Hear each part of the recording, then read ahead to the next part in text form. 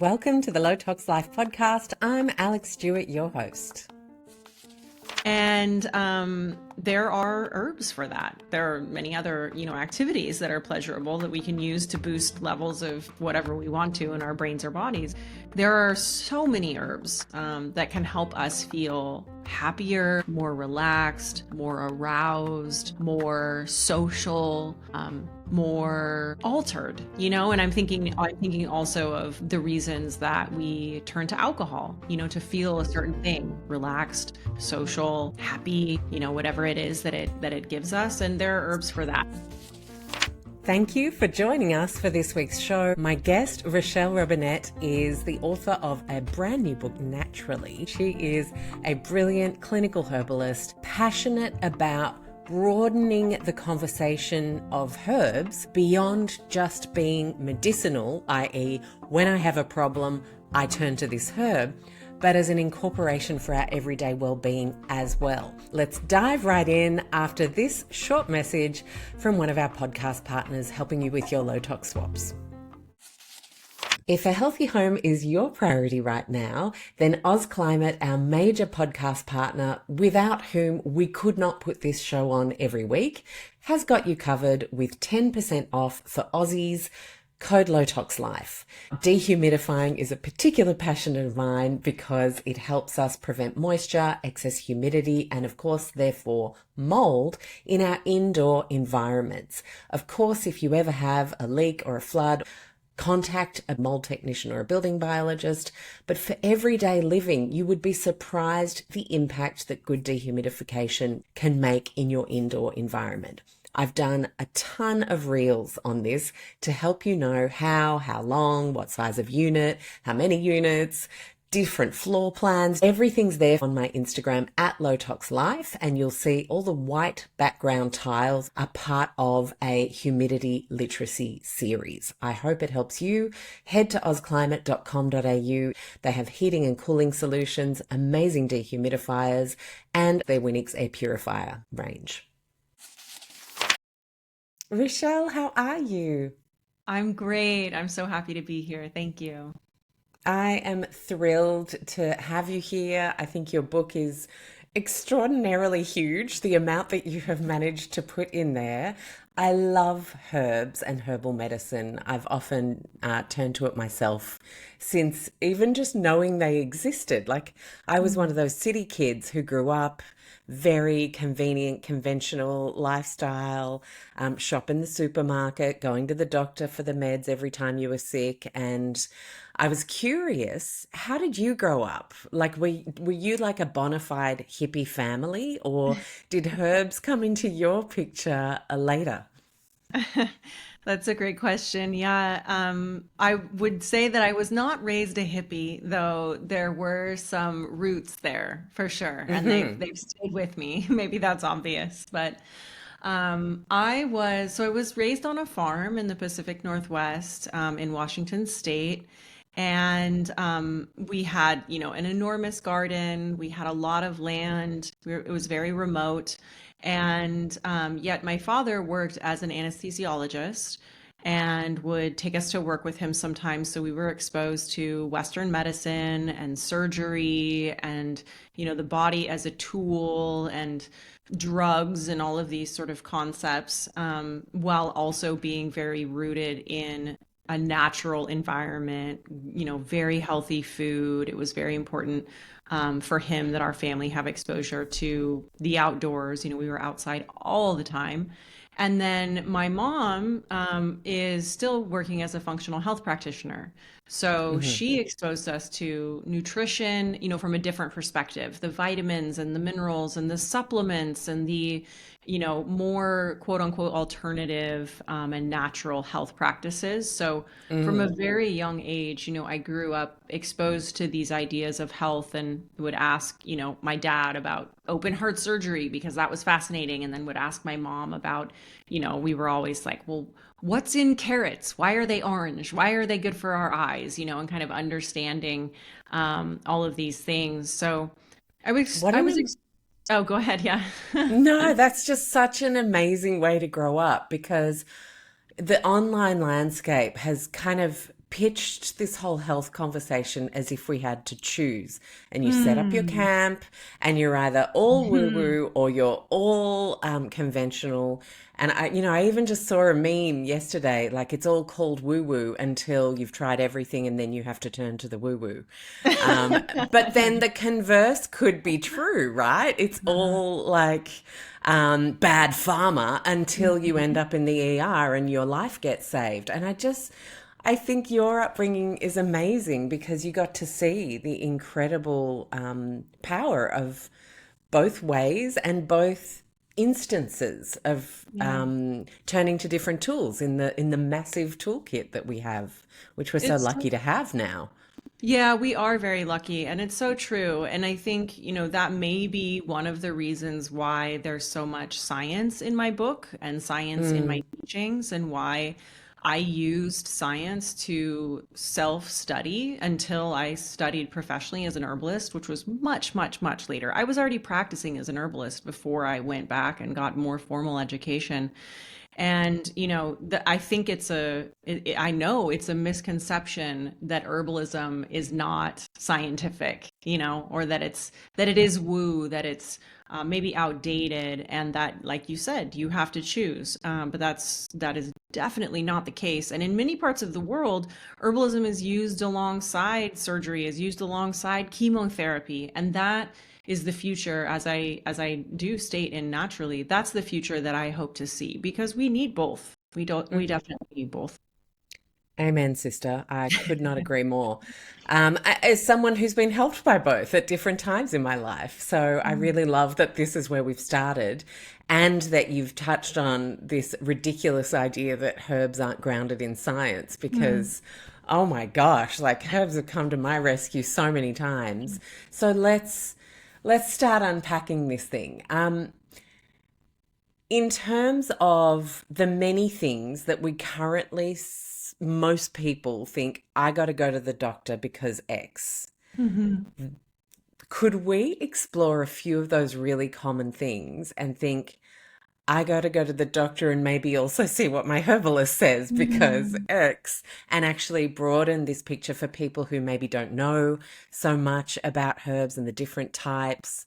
Um, and I think like there are just so many things. We just go straight to the doc, and I could list them, but I'm going to start with one, headaches. Like, you're just constantly getting headaches. Mhm. And if we know a little bit about holistic approaches, we know it could be hormonal. We know it could be tension stress. We know it could be chemical sensitivity. Like a lot of people get headaches from synthetic fragrances, for Mm. example.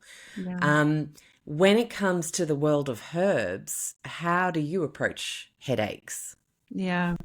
Well, I love that you asked that, because headaches were one of the reasons that I began studying herbalism in the first place. I Oh, grew up with wow.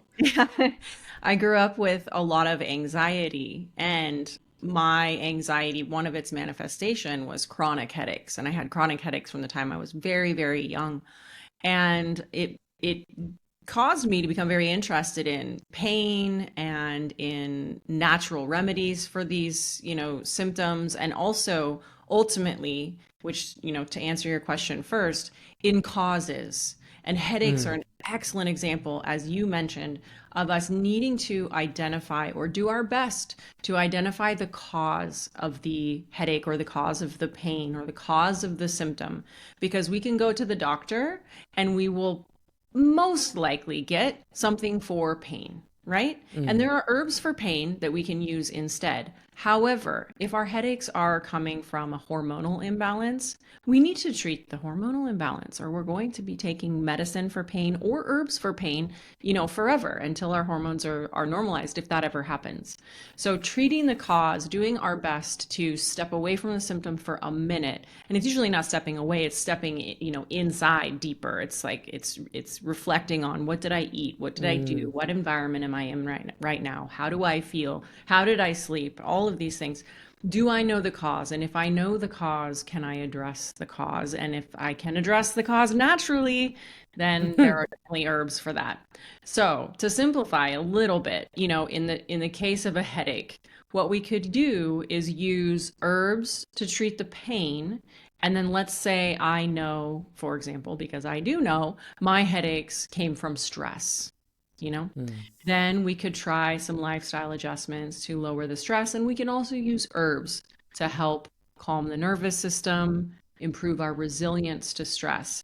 And that's the beauty of herbalism, because we have this twofold or even a multi-dimensional approach where we're treating the cause at the same time that we're remedying the symptom. So you can get that immediate Hmm. gratification with some pain relief, and you can also get the long-term benefit and hopefully the long-term elimination of the symptom by using herbs for that symptom.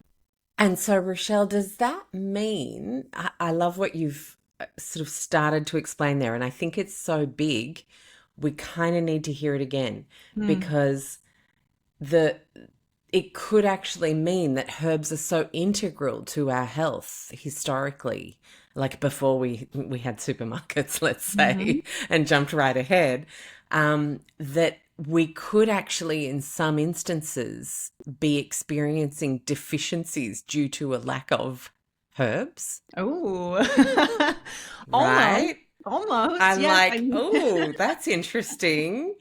I like That's that where my idea. mind went when you I like that said idea. curative and like literally changing something about the person who then doesn't have the symptom because they've got what they need, Yes. right? And that's beautifully said. And when you asked that question, the first thing that came to mind for me is that I would rather that we were using herbs on a regular basis Mm, than only reaching for them as medicines. And that's another yeah. misconception about herbalism, is that it's only herbs as medicine, but actually herbalism is about nutrition, fitness, mental health, community. It's our entire lifestyle. So if we can, like you mentioned, as we used to, because we all used to be herbalists, it's part of our past, it was our way of life. If we Mm, could be using herbalism, and that could mean more exposure to nature, it doesn't mm-hmm. mean that you're taking herbs every day. It means that we're engaging with nature in a way that reflects the fact that we are part of nature. And when we get disconnected from that, we don't feel well. So if we can use herbs on a regular basis, we're going to need less herbs as medicine and less drugs. Mm, yeah. I feel like I just have so many questions now, but I do want to stay with where we're headed Sure. because I think if people understand herbs can come to rescue in simple things we often go to our doctor for. Now, of course, we're not saying replace the doctor's visits. We Mhm. always want to like rule out any Mhm. bad stuff, and they're amazing at kind of having that bird's eye view of going, you really should check this out. Mhm. Don't not go, but there are so many more empowering things we can know to Mhm. say, I wonder if a couple of days of that might help this. And then you think, oh, Certainly. it did. There we go. So my next one is low mood, low motivation, finding it hard to find joy. Maybe you haven't got Mhm. a clinical depression diagnosis yet, but you've noticed like, Yeah. like why am I here awake today? I got Mhm. nothing. Mhm. Herbs that could be magical for that vibe. Absolutely. Yeah. So for that, I would recommend rhodiola, for example. Hmm. Rhodiola is an adaptogenic herb that also functions as an antidepressant and makes us more resilient to stress. So helps us endure it and then also recover from it better.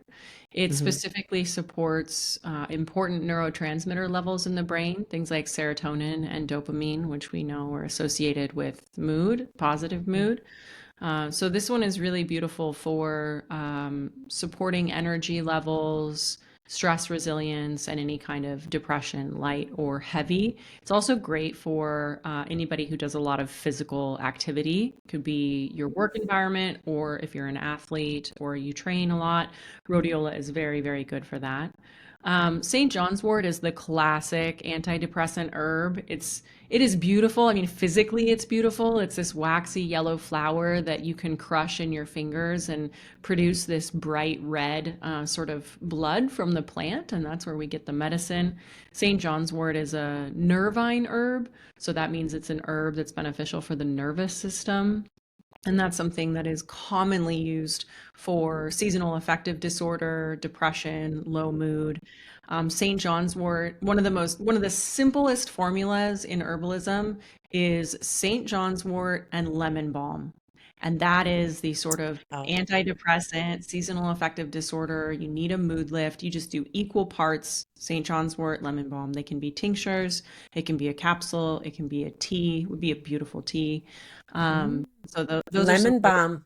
Yeah, yeah. lemon balm is kind of my midlife answer to maybe I'm going to get some good sleep tonight. Beautiful. That's the relationship I currently have with lemon balm. Oh, Yeah. beautiful.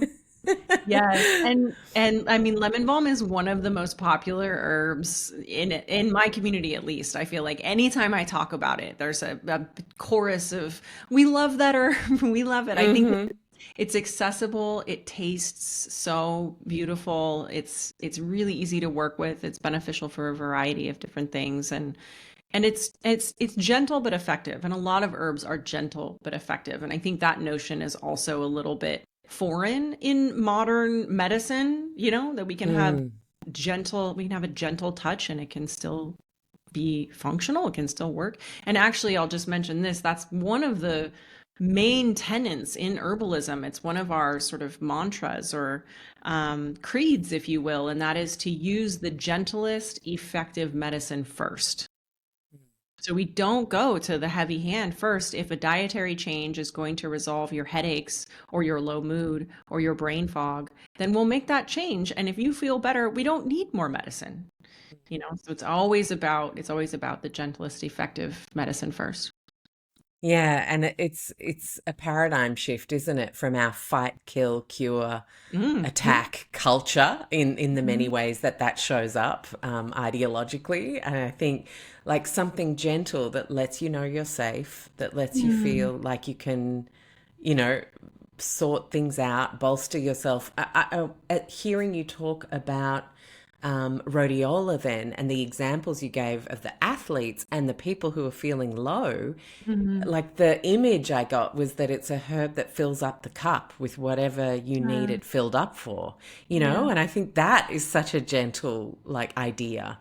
Like just Yeah. fill up your cup. That's all you need sometimes. And I think we It's forget true. that. And it doesn't need to be grand, big gestures and huge attacks on what's wrong.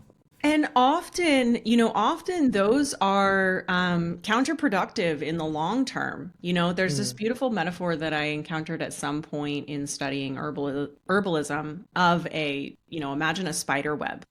And Yeah. imagine pulling on each of the threads, in the web, trying to get it Mm. into this perfect balance.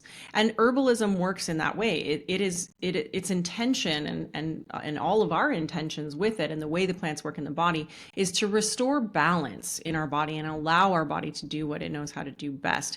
But if we use a really heavy-handed approach and, attack or kill something, antibiotics, granted we need them sometimes, but we don't need them all the time. It's this sort of jerking on the system that throws it way out of balance. And then we have to remedy that. So if we need to use the antibiotics, for example, then let's use herbs on the other side to restore gut health so that we don't end up with a cascade of additional issues that then need more medicine. Mhm. Well, let's go there then. You've had to take the antibiotics. Thank gosh, saved your life or Mhm. really, killed the bug, but your system is now out of whack. Herbs to the rescue, how? This show is possible every week thanks to our podcast partners and you, our listeners. And I want to introduce the Aussies who are listening to the Marker Sun Care product. It's the Bambino Kids sunscreen, SPF 50, a huge 25% zinc oxide, which makes it extremely protective against both UVA and UVB rays. And it's reef safe, no nanoparticles, none of those dodgy, harsh preservatives that we see in the media time and again with mainstream sunscreens coming under fire. And you have 20% off for the month of August with the code LowToxLife. So I would definitely urge you to give this one a try, and Marca Sun Care literally has you covered. Yes, I went there.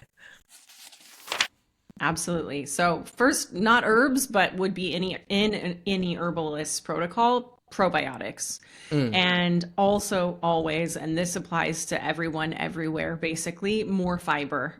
Okay. It's a basic and boring recommendation, but nearly none of us are eating enough fiber, and the benefits from eating enough fiber are tremendous. It helps with Mm. detoxification, which helps with hormone balance. It can show up in your skin. It can improve focus, mental focus, brain fog, all of these things. Stabilizes blood sugar, can be beneficial for body composition. I mean, it goes on and on and on. But we need fiber so that the probiotics and the microbiome in general can continue to flourish. So Hmm. probiotics, fiber.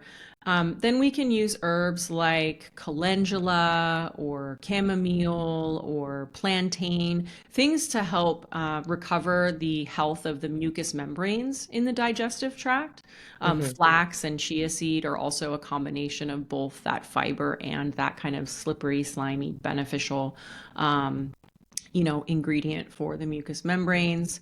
What else can we use? So many things. Marshmallow, Bitters. is that a good one? I Marshmallow, love that. absolutely. So Mm. beautiful. Yes, marshmallow for the throat, for the digestive tract, for all sort of hydration needs anywhere in the body, any kind of soft tissue, would love marshmallow. Actually, another one that I love are digestive herbal bitters. So we call these bitters. And bitter plants function a bit like digestive enzymes. They help our body kind of understand that food is coming, and they prime the digestive tract, the digestive system to begin its work. So it'll tell our body, human is about to eat, start producing the digestive enzymes, get ready to digest, and then, liver starts working and everything kind of moves in a down and out fashion from bitters use. So when I Mhm. use bitters with clients, I almost never need to use digestive enzymes as well. And it's common to need digestive enzymes after antibiotic use, for example. Yes, there are many things in a gut healing protocol, and an excellent diet is going to be primary as well. So lots of plants, lots of diversity in whole foods. Doesn't have to be vegan, but doing the best you can and being conscious of restoring the gut, which can take many months after antibiotic use, and I think we forget this. So Yeah, we do. And, without getting into dietary wars, because I know a lot of people experience healing through different modalities Mhm. and feel grateful for however they got to feel better, whether that was Yeah. gaps or whether it was, high fiber, whatever. But I do see this resurgence in it being okay in health circles to talk about fiber and plants. I Mhm. love the work of Deanne Rinich. I think she's Mhm. amazing in just like literally celebrating every day different vitamins and how they show up in nature and foods. Yeah. And what do you think for people who are wanting to reintroduce plants into their diet to get those fiber benefits, the phytonutrient benefits, but historically they feel like they've almost been attacked by Mm. plants or their digestive system has suffered. I still think it's a very real concern to address rather than to just say they're better for you or they're good for you, you've got to get them in. But if someone's out there thinking, but they feel awful, or I Mm. get hives, or my digestion seems to like get all knotted up if I add fiber, Mhm. recommendations there for people wanting to incorporate a little bit more? Yeah. I would start gently. I would start slow. Definitely avoiding any foods that cause, I mean, if something causes hives, then can we avoid it, or can we reintroduce if all sort of produce seems to be inflammatory, can we introduce it slowly, little bit at a time? I would strongly recommend, a gut healing protocol prior to or during that whole process, because if our digestive tract is unable to handle fiber, which is really an essential nutrient, um, then there's some healing that we ought to do in our digestive system prior to then introducing that fiber, or at the same time. And fiber can come in many forms, so we don't have to jump straight to like a raw kale salad, which can be a little tough. Yeah. We can start with, I am definitely not there myself. Yeah. we can start with like steamed yams and things, Mm. softer foods that can be cooked gently, to make them easier to digest. We can also do soups and stews and smoothies. All of that blending and pre-processing begins some of the digestive process for us.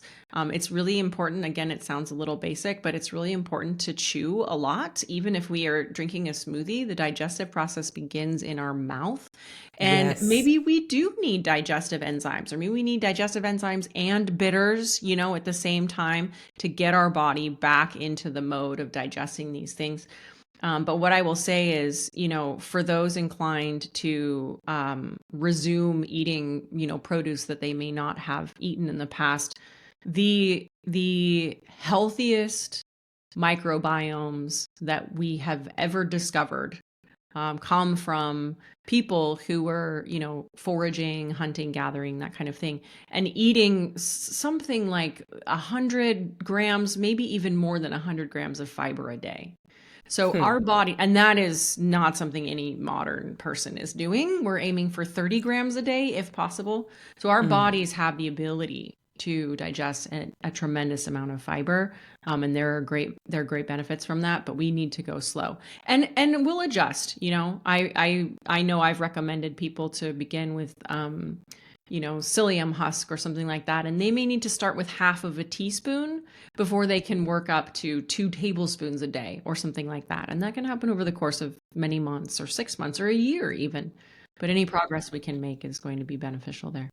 Yeah, thank you for stepping out the patience piece because I think a lot of people go, Mm, you see a reel on the internet and you think, wow, that was really convincing and she looks so healthy. So 2 tablespoons it is. And then they're like, oh, I feel awful, yeah, and then it's like, no, fiber isn't for me. And it's like, right. well, maybe just, and this is where seeing practitioners who know you, if you, especially Yes. if you're going through some things, can be extremely beneficial. Now, I want to jump to midlife women because we have a lot of people in our community going through this, or even new mums, like massive Mm. hormonal shifts in women. It's a vibe, and we get to go through it a glorious 3 or 4 times in our lives if we're lucky enough or choose to do so. And some of the things people experience are really intense. So, herbs for big hormonal shifts, and do those herbs change throughout what type of hormonal shift you're experiencing? Yeah. There are some excellent herbs for helping to balance hormones. And of course, we're obviously talking about sex hormones because there are herbs that balance stress hormones and sleep hormones, but that's not what we're talking about right now. So Mm, yeah, in terms of sex hormones, there are a few classics, and they don't actually change too much for women over the course of one's life. But I will mention those that may be more applicable for menopause, for example, than mm. like, maybe transitioning off of birth control or changing birth control in one's 20s or something like that. So the first is Vitex, or chast tree berry. I, I think I, you I would pray to the pronounce Church that. of Vitex. I absolutely love that herb so Yes, much. you and every single Mm, client I have ever recommended it to, and myself, I take it every day.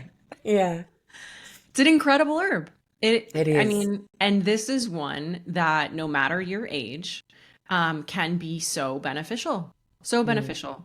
So it helps to regulate hormones, helps to support the pituitary gland, and levels of LH. It's really helpful for irregular cycles, a wide variety of PMS symptoms or hormonal, fluctuation symptoms, estrogen dominance, any kind of like progesterone, estrogen imbalance. And because, hormone fluctuations can manifest so differently for all of us, balancing them will also show up differently. So some people have acne, some mm, mood swings, some insomnia, some pain. Um, so using this herb, or using some of these herbs can help remedy those symptoms depending on how they show up for you. So that is a phenomenal herb that we would use at any time in a woman's life, both during hormonal shifts, or again, for example, I take it every day just as a sort of preventative, just as a sort of, it's part of my, foundational herbal supplement protocol for myself. And do you mix it up in terms of how much of it you take depending on a time in your cycle or that kind of thing? Because it's progesterone boosting, correct? Yeah. So you can, you don't have to. So I would say if people are new, just take it. You can if you really want to start doing some adjustments there. But I would say, and this actually is a nod back to an earlier point that you made, I would say unless you've had your hormones tested and you're very aware of what those levels are and you're trying to make some adjustments, then you can start kind of, cycling with the Vitex. Otherwise, it's not imperative to do so.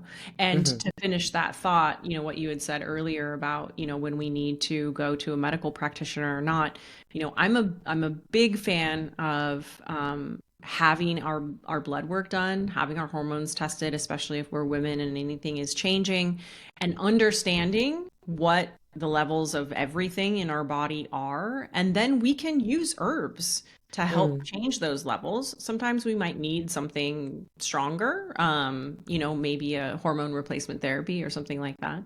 But we should know if we are iron deficient. We should know if our progesterone is, missing. Yeah.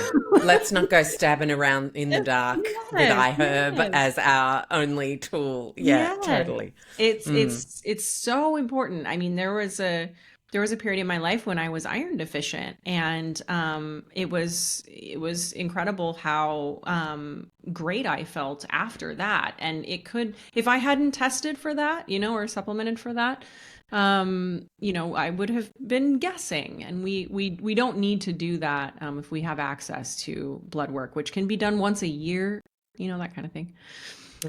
So back to herbs for hormone balance.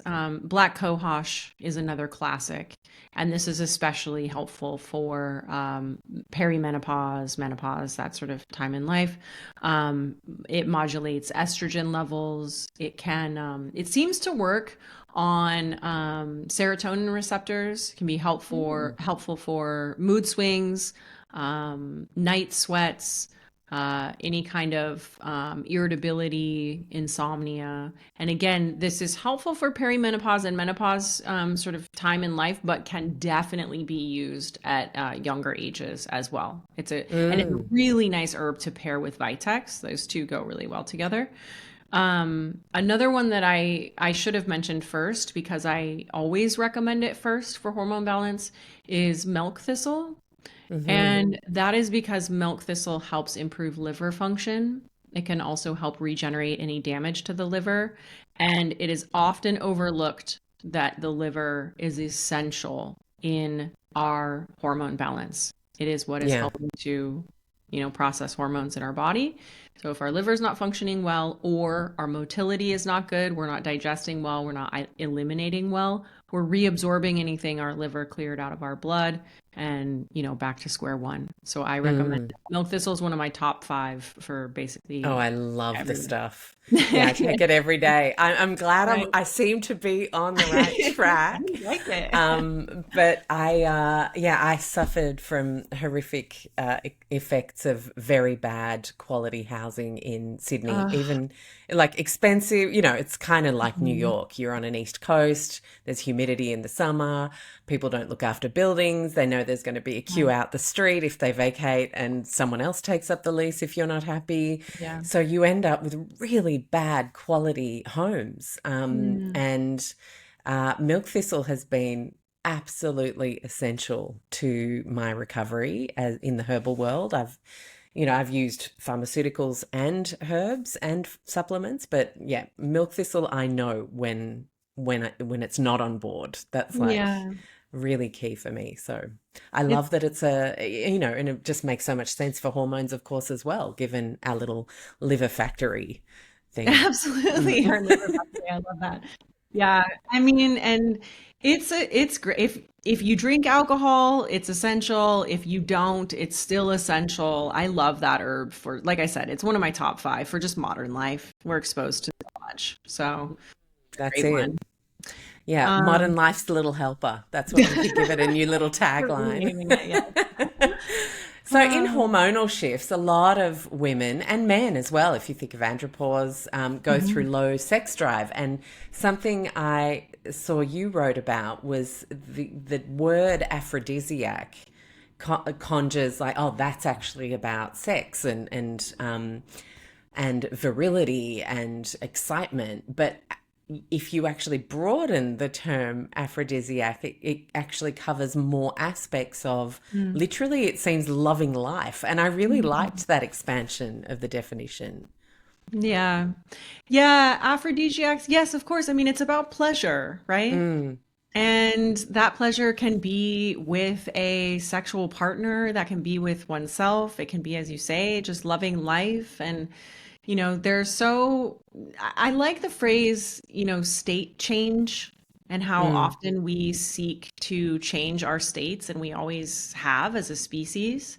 And often we are seeking pleasure. I mean, I would say more, more than often, we are yeah. seeking pleasure, and there are herbs for that. There are many other, activities that are pleasurable that we can use to boost levels of whatever we want to in our brains or bodies. But there are so many herbs that can help us feel happier, more relaxed, more aroused, more social, more I don't, altered, and Mm, I'm thinking also of the reasons that we turn to alcohol, to feel a certain mm. thing, relaxed, social, um, happy, whatever it is that it gives us, and there are herbs So, for that. what's our non alcoholic herbal blend that we can use instead?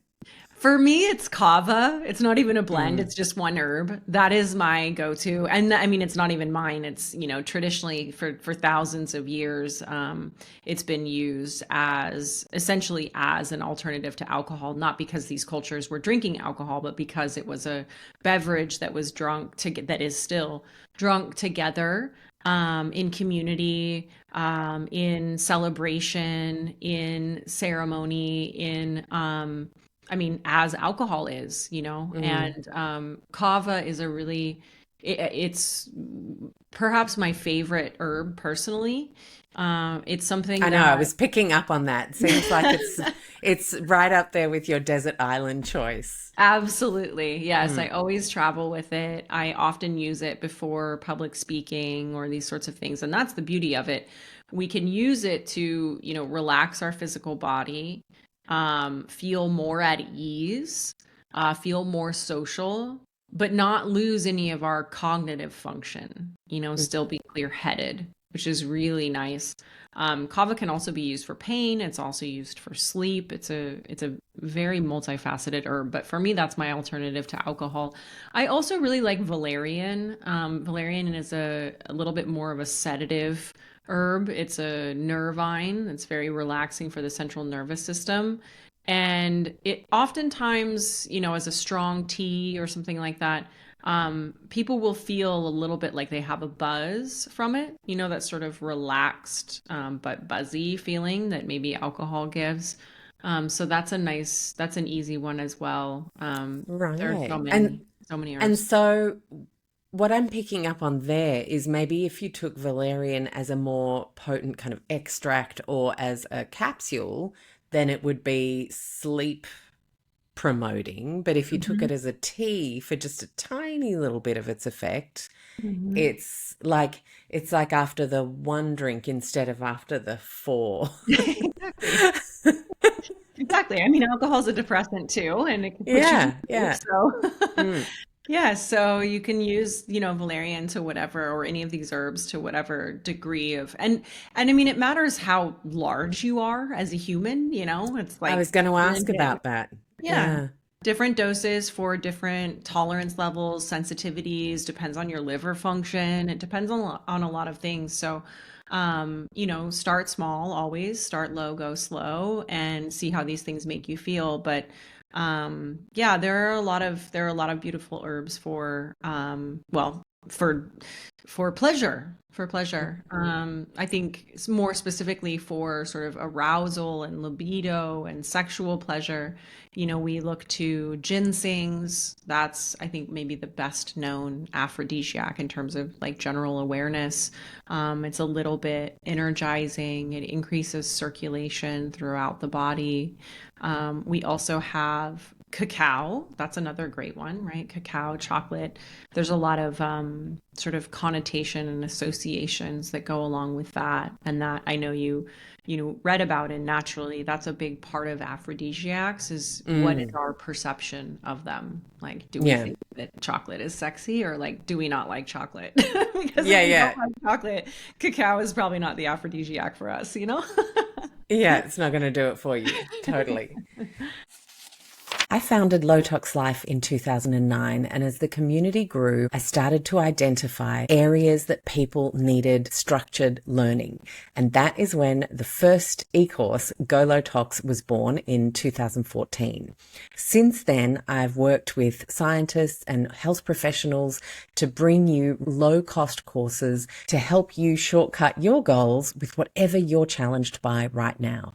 So whether you're new to going low tox and you'd love a framework and some really helpful suggestions across 22 different topics covering everyday life, or maybe you're working on an inflammation picture and you just want some help to calm the farm, whether you're on a fertility journey, either having trouble or wanting to optimize, we literally have courses for these and more. Head to lowtoxlife.com, hit the course tab, and enjoy. Okay, cool. So we've got some ideas and tools there. Now, brain fog. This is Hmm. another one that kind of hits people across a number of different times in life. Like maybe you've got quite a few stressors going on, and then all of a sudden it means you can't think clearly. Or, you're going through a brain reorganization, either as a teenager, with all the Hmm. synaptic pruning, or in midlife where your hormones are sort Yeah. of reorganizing themselves. And so it can hit you at different times. What are your favorite herbs when you feel like you really need some more mental clarity and you just can't find it? Yeah. Absolutely. So for that, we use the category of herbs called nootropics. Hmm. And I would make a side note and say that nootropics is a term that applies to ingredients that improve mental focus, concentration, memory, and that can include ingredients that are not herbs. So, for example, L-theanine, which is Mm. extracted from plants generally, but Oh so my gosh, neutral. you are literally naming all of my favorite things. Oh, I Yeah. love L-theanine. Yeah. Amino acid, so that's an amino acid, and amino acids Mm. are really great supplements. They're very easy to work with and very effective. And if you want L-theanine in plant form, you can get it from green tea. Mm. There's caffeine and L-theanine; they work really well together. L-theanine, functions to create a sort of calm clarity, and when it's paired with caffeine, it slows the sort of crash, the delivery and the sort of crash of caffeine. So that's why you get, all the promotion of matcha and green tea and things as more stable than coffee. Mhm. There's an herb that also works to create a state similar to L-theanine. I refer to it as like the herbal L-theanine, and that is Schisandra. That's Oh, a yeah, another really, fave. really beautiful Yeah. plant that you can take that it gives you when you're taking L-theanine, you're getting just that isolated extract, but if you're using Schisandra, you're getting all of the other benefits as well. Mm. But some really accessible and sort of classic nootropics would be rosemary. Rosemary tea is very effective for brain function and also longevity. So that's a nice side effect, Love that. Um, Yes. right? We also have bacopa. So bacopa is the herb that we use most often for anyone who has trouble focusing, Mm. ADHD like symptoms.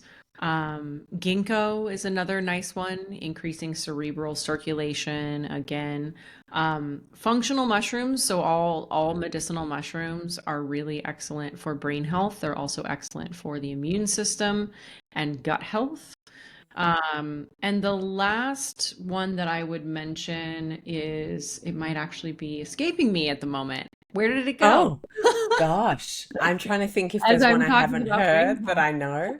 We've done Bacopa, we've done Rosemary, we've done Shisandra, we've talked about even a little sidestep into L-theanine. I We've mean, talked mint. about ginkgo, mint. I love Yeah. rosemary and mint. I love to put in a oil burner or diffuser. I just love those two Hmm. together. Mm. Hmm. Yeah, I think the mints and aromatic plants that are, that means they're high in these essential oils and you're smelling the essential oils, which is the same as ingesting them. So, holy basil, and which is also a mint, peppermint, spearmint, those kinds of things, very clarifying, very helpful if we're needing to sort of wake up. Mm. So let's now talk about what we can do on our own versus what we should turn to a practitioner for when it comes to herbal medicine. Like, Yeah. are there, so, because I mean, we know that for something to be on a shelf and for someone to follow the back, like take one capsule a day, that's like pretty safe for someone to try on their own. And then you go to a practitioner and they're saying, no, no, no, don't take one, take four of those. Right. Right. Because so then you're getting the practitioner dose. And I think it's important to kind of know, like, how long do we experiment on our own before we think, I think I need some help here. Can you guide us through what that sort of self-assessment stage looks like? Yeah, definitely. So I would say it firstly, it depends on someone's comfort level. So I've seen many clients who just wanted to begin and wanted some, professional advice up front before Mm, they went and experimented on their own, as well as many people who prefer to experiment on their own and then see a professional later. I would say if there is a health issue that is, severe enough to be somewhat debilitating, very painful, that's chronic, that, we're having trouble managing on our own, that is the time to see a professional, a healthcare professional, an herbalist or otherwise, or both. I think at that point, we don't want to be guessing. If we're playing and experimenting and learning, that is wonderful. That is fine. That is how herbalism was done. That's how it was built. But if we're struggling and we're uncomfortable and we don't feel confident, and maybe if we're not enjoying the process, then mm, it's time to see someone, for help or for guidance. And of course, that's why I wrote this book. So many mm, people have questions about where to start and how to start and what is herbalism and how to understand it. So that is what is in this book.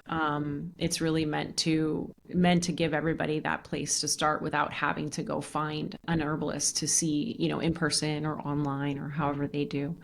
But I think, and again, and this is where to a large degree, our health is our own responsibility. And we have to be able to understand if we're at a place where we need help or if we're mm. at a place where we're just having fun exploring, Yeah, yeah, DIY, whatever. So I yeah. know that's helpful, but No, really helpful. I think because we're at this juncture where we hyper externalize our answers. very We true. look out there all the Very time, true. and I've just got to watch one more thing. I've got to listen to one more podcast. I've got to do one more free evening course. I've got to just, then I'll know. And but actually, there's all this communication happening in here every day, after every meal, after everything you take or don't take, and or how you wake up Mm. or how you sleep. And this is all information you can work with right now. So I agree. It's about sort of like tune in more so you even know what you need half the time is the issue.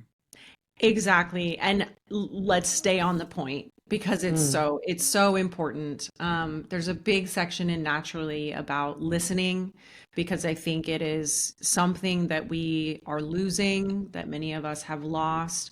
Our bodies are brilliant, and as you say, they are communicating with us all day, every day. The way we feel is our mm, body communicating with us. Every symptom, everything, every appearance of, redness or itching or whatever on our skin, any, all of that. It's all mm, information. And yes, please, tune in before, you know, I don't know, turning on whatever the mm, equivalent of going to the screen is, or going to the internet, or going to, because these trends and the marketing and the wellness industry, it's a wonderful thing that all of these resources exist, but it has become increasingly, and will continue to become increasingly, noisy, and it draws us away from what is far more important than anything that's popular on TikTok right now, and that is, what is my body telling me that I need? And mm, often we know, and then the question is, if we know, why aren't we doing it? mm. Reality check. Follow Yeah, that thread, and then absolutely. see where it Okay, leads. so I would love to finish though with a little look at the difference in, I guess, effects or power of an extract versus a capsule versus a Mhm. whole fruit or whole body capsule, or then taking a tea. Like I remember saying to my naturopath years and years ago when I first started seeing her, "Oh no, but I'm having dandelion tea," and she's like, "Sweetheart, like you need to drink like 4 liters of that for what I want to give you in a capsule for this moment." Uh-huh. So, teas are amazing as well. And I almost like liken them to be the homeopathics of the herbal world. It's Uh-huh. like Nice. you're Yeah. influencing with energy, and suggestion rather than like a full on dose. But can you talk us through the differences and when it might be the perfect thing versus when you might need the other thing, with a Yeah, couple of like definitely. examples to bring it to life? Sure. So, in terms of potency, and we'll talk about tea, tincture, capsules, and powder. In Mm, terms of potency, capsules are almost always the most potent, and they are often standardized to a certain degree of potency. So, for example, with turmeric, we have curcumin, the mm, active compound that we're usually after in turmeric, but we want both. We want curcumin and we want it in the whole plant form. So, you'll get a supplement that will probably contain curcumin extract and turmeric, and it's been recombined because it works mm, better that way. So capsules are the most potent, and those can always be used. And those can only be used if that's what's most convenient for someone. So I yeah. travel a lot, and the more I travel, the more I'm using herbs in capsules. It's not my favorite because it feels the most removed from the plant. I can't see the color, I can't taste it, I can't smell it. But I've worked with plants a long time, and I'm okay to use capsules when I'm on the road, that kind of thing. Mm, So that's always the sort of, exactly how much you're getting. You're being told how much to take, and mm. and it's potent. And it won't be too potent because you'll be following the directions, right? Yeah, yeah, yeah, yeah, yeah. Yes. And after capsules, it's probably, tinctures and powders are the Mm, next most potent. Tinctures are a really beautiful way to use a plant and be able to see it, taste it, maybe smell it.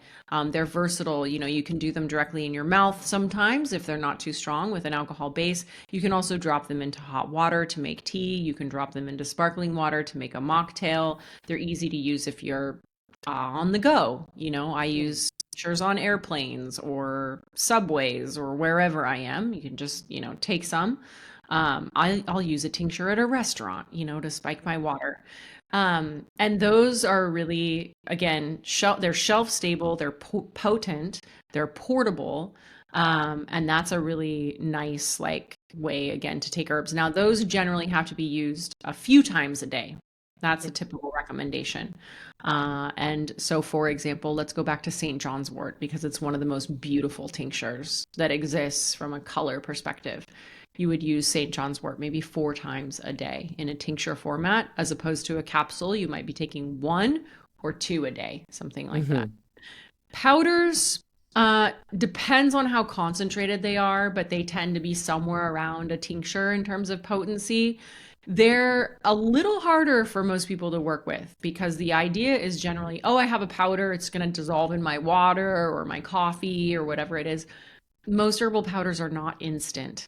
Most of them are just the ground herb. And so you're getting like a, kind of chalky. Yeah, that dusty kind of thing that sits on top of the water. Exactly. And then we've lost them. Exactly. Exactly. So they can be quite potent depending again on how they're processed. They work well if you want to put them in smoothies or baked goods or things like that. But I think for most people that are starting with herbalism, they get let down with powders. I wouldn't start there. They can be a little hard to work with. And you also then have to taste them. And not all herbs taste good.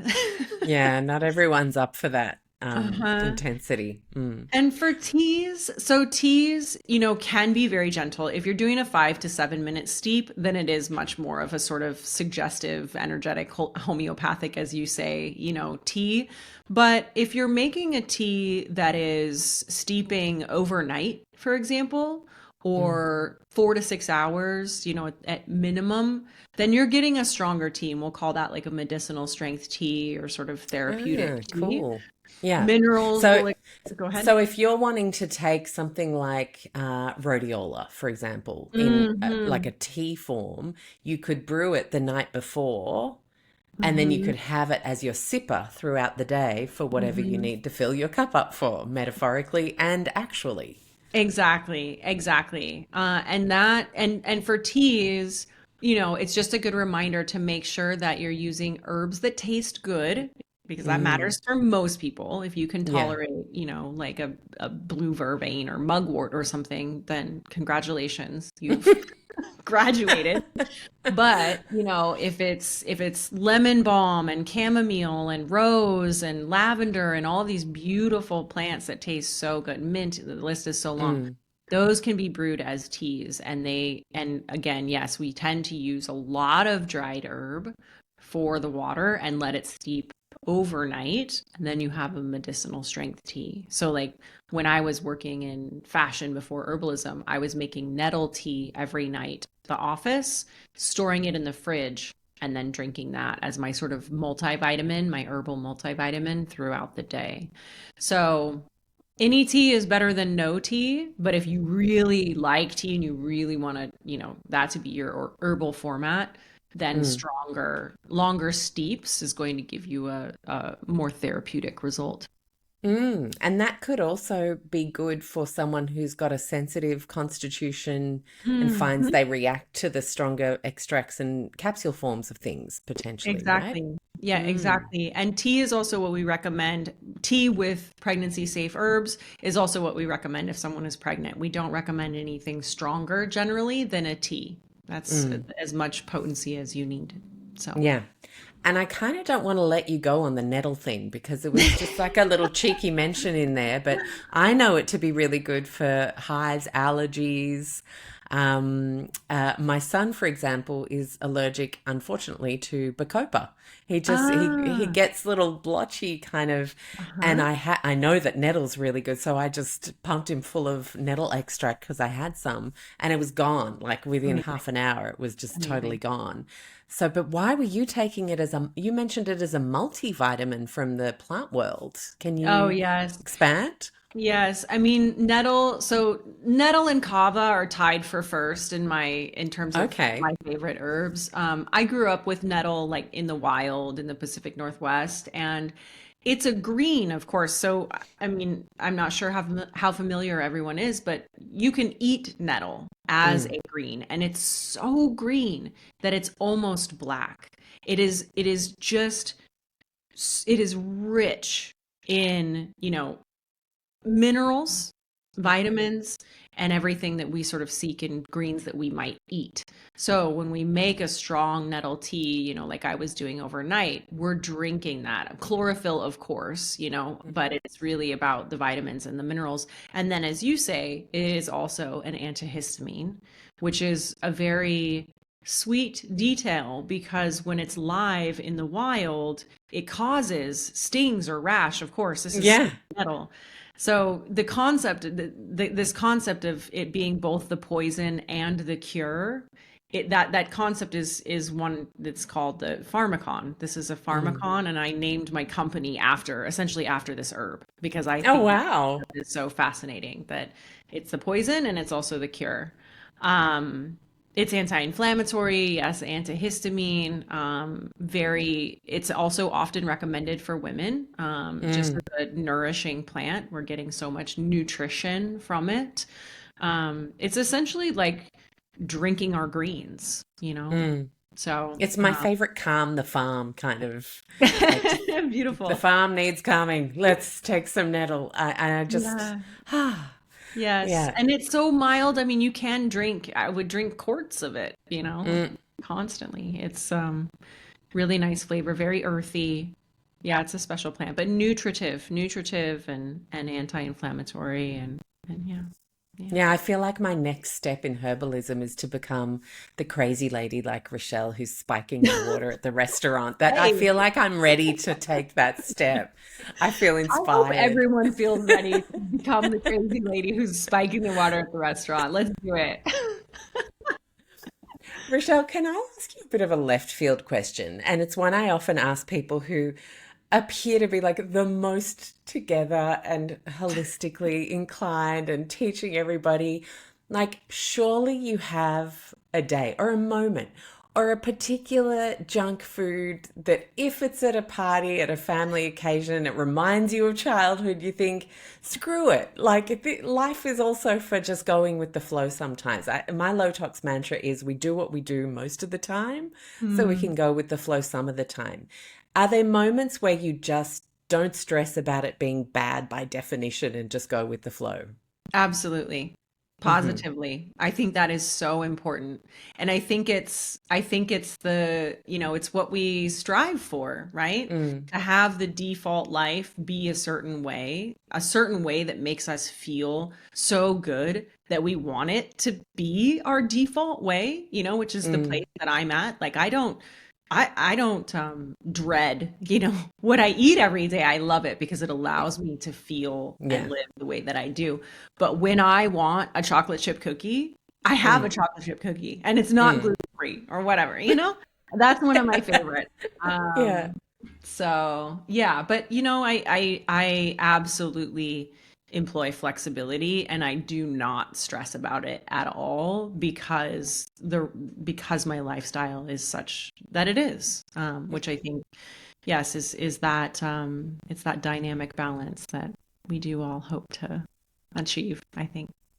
Well, thank you for sharing that. And thank you for sharing your book. I think Naturally is an amazing uh, i- like guide for anyone wanting to incorporate more herbs and feel more empowered. But also those pieces you talked about at the beginning, it's an integration piece. It's a bigger lifestyle picture. And the invitation is so gentle and lovely, rather than Mhm. enforcing and overbearing. And I think that speaks to the way that we've had this conversation. So I really appreciate your work, and it's been so lovely exploring it on the show. Thank you so much for having me. This was a pleasure. Thank you for joining us in listening to this week's show. If you're not already subscribed or following the show on whatever platform you listened, please do that now. It helps enormously in terms of getting this show out to more people. Another way you can connect and support the work we do so that we can support you in your low tox life is join us in the Low Tox Club. You'll get access to amazing member masterclasses where we invite some of our best show guests for a live Q&A with members. You also have great shopping discounts from low tox businesses and honestly, the nicest low tox community Facebook group that exists on the internet. I do hope you join us there. It costs just the price of a coffee a month on average. Head to lowtoxlife.com, hit the Explore tab, and Low Tox Club is the first option there. Thank you so much for listening, and we'll see you next week.